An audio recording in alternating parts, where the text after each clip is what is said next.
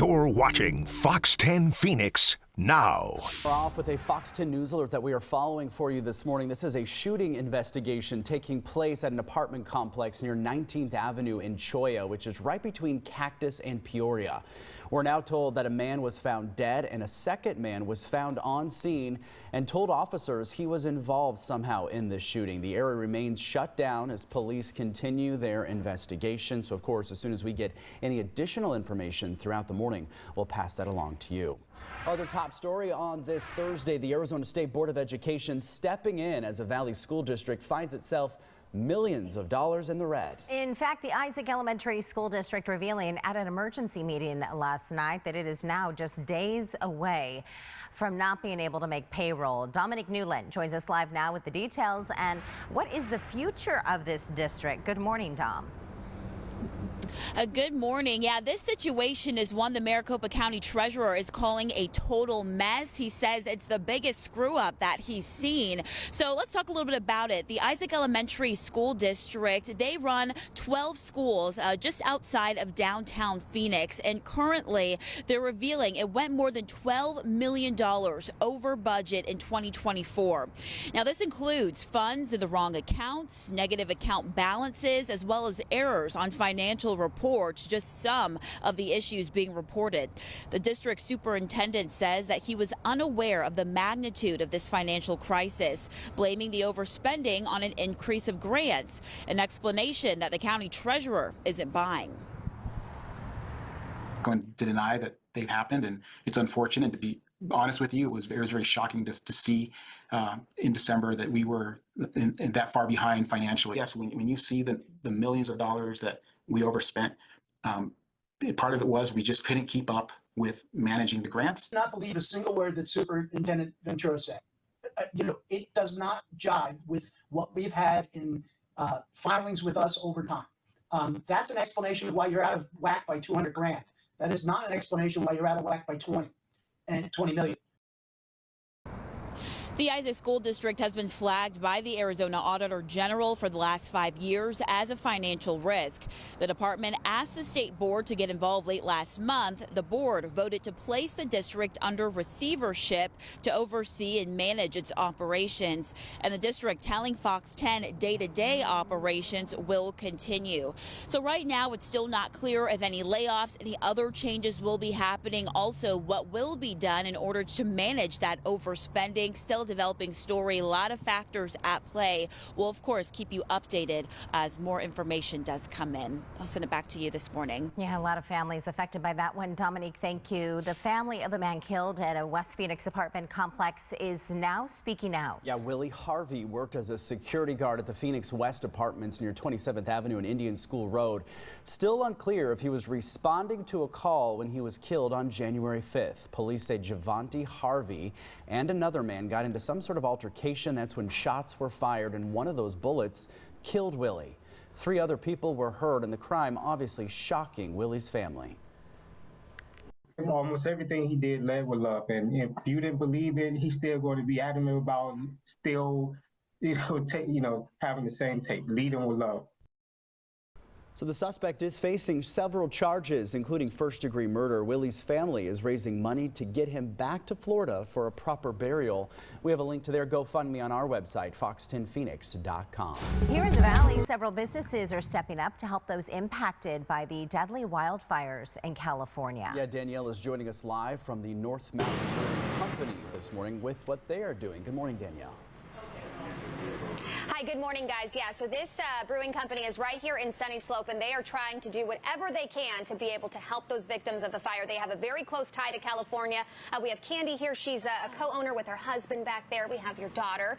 This is a family business here, but you guys have such a close tie to the Los Angeles area. A lot of families still there, but you and your husband actually met there. Yes, we did. Yeah. Okay. At LA Valley College. Yeah. And just watching everything going on, you were talking about the Malibu area. Yep. You guys used to go on dates there, yes. Yep. And we used to drive around, just hang out after class.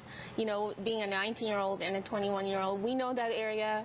It just gives you goosebumps. It's heartbreaking to see that it get obliterated. And Pacific Palisade, we have friends there that live there. It's gone. We used to meditate there. It's gone, the structure. So it is so heartbreaking.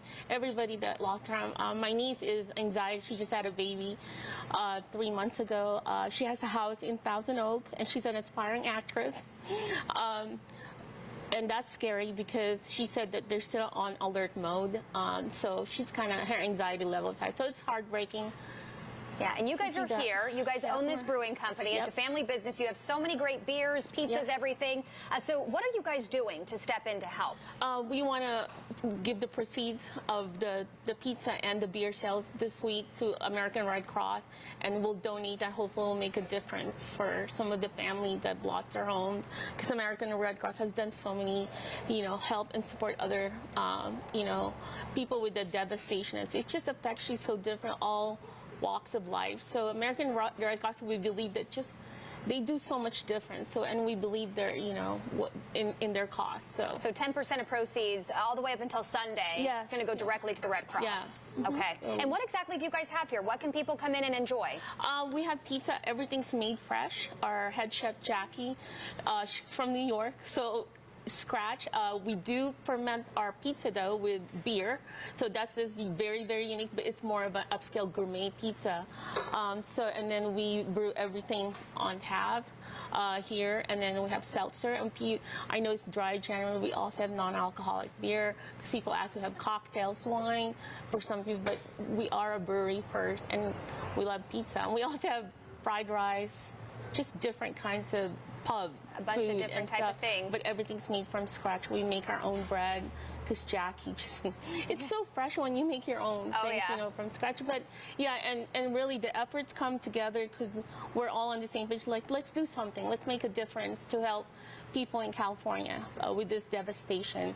And we really believe that American Red Cross it's like you have a good feeling, you have good instinct about American Red Cross. They've been around, they've helped a lot of the American community, so that's how we felt that we should do something. Yeah, and you felt, you're here, a lot of your family and friends still back there, this is what you can do to help. Yeah, and then so I call them and see how they're doing. They said, no, we're doing good. Tita, it means Tagalog, auntie.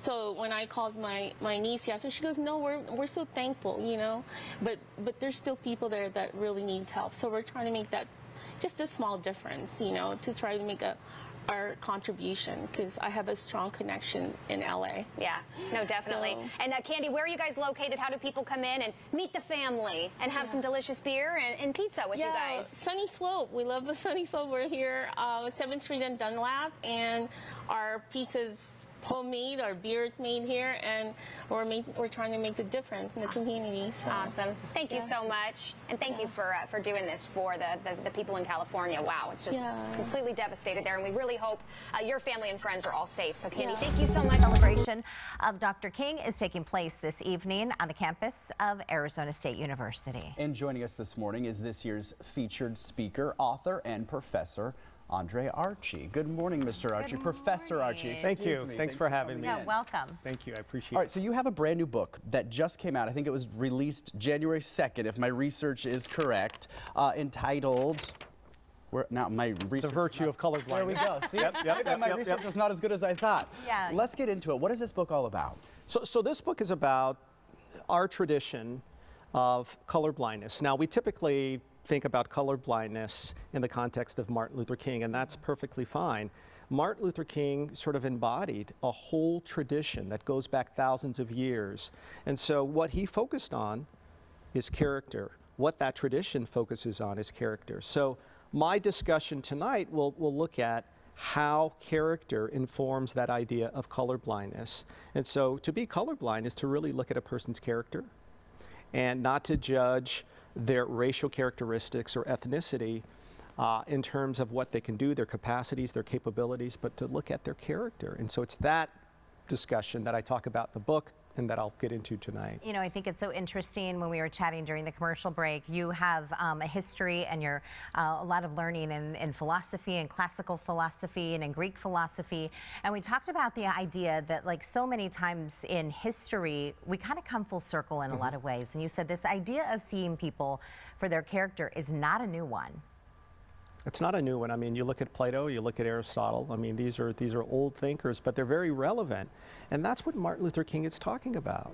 when he talks about his children, when he talks about Socrates, in that speech he mentioned Socrates, he's tapping into that tradition. We've forgotten as a country that what makes us exceptional are those sorts of ideas. And this idea of being colorblind now is considered to be racist. I mean, that's absurd. We need to get back to that tradition, and I think that Martin Luther King really tapped into it.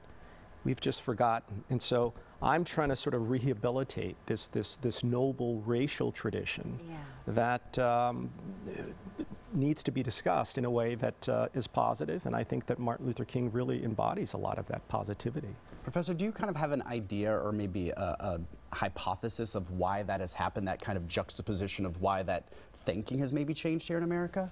I think that we have failed in terms of civic education. I think what Skittle is doing is excellent, but there's too few institutions really discussing what makes us exceptional as a country. Our principles, the Declaration of Independence, our Constitution, our founding documents are exceptional. It makes us exceptional as a people, not better, but it makes us exceptional. And it's that tradition, that 1,000-year tradition of looking at character that needs to be re-embraced. And I think that when we celebrate Martin Luther King, it's that we should celebrate. So I think these civic organizations like Skittle, they're doing a wonderful job. And so I hope that makes a difference, but I think it's civic education that's faltered. Well, and I think it's something, obviously, when we look at our education system, even from like K through 12, maybe we reinstitute some of those civics classes. I mean, I took civics in middle school, and I don't think a lot of schools actually still have those classes, but it's important to learn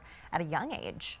It really is important. I think we're confused today. We think that teaching civic education is to say that we're better as a country, or that there's something about us that makes us really unique and so better. So in other words, I think that we're confused about, well, what makes us different? Not better, but different. That is what needs to be celebrated. And children, when they're taught K through 12, these sorts of things, older kids, younger kids, they come to appreciate what makes us exceptional. And they learn about their government and institutions, et cetera. You're visiting from Colorado, so you said this is warm for you because it's 22 in Fort Collins. Right. Welcome to summer. I know, this is wonderful, you know. I mean, I walked to Starbucks and it was, I had a jacket on and a sweater. I'm like, what is this? This is like. You were sweating. Yeah. You're like, I'm glistening this morning. Yeah. Well, if you want to see Professor Archie, he's going to be at the Tempe campus, ASU Tempe campus, the Carson Ballroom, Old Main, tonight beginning at 5 to 7.